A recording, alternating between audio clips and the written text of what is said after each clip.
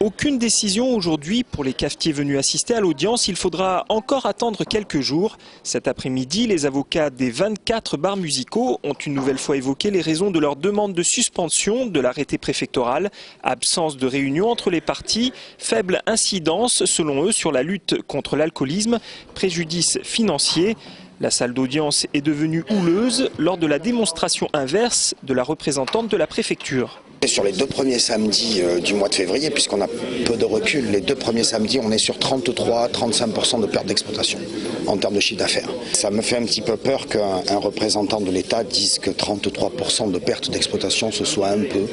Je trouve que c'est énorme. Large concertation, pour nous, en ce qui nous concerne professionnels, nous en avons eu deux réunions. Et à chaque réunion, on a dit que le fait de fermer à 3 heures les samedis et les jours fériés, les veilles de jours fériés, c'était énorme au niveau de la restriction. On voulait absolument au minimum 4 heures. Maître de Buisson, avocat de la plupart des établissements, est également revenu sur la précipitation de la mise en place de l'arrêté. On se contente, et c'est un peu général aujourd'hui malheureusement dans notre pays, de prendre une décision unilatérale, sans concertation contrairement à ce qui a été dit, et de l'appliquer 8 jours après, alors qu'il s'agit simplement d'un arrêté qui datait de 70, de 38 ans.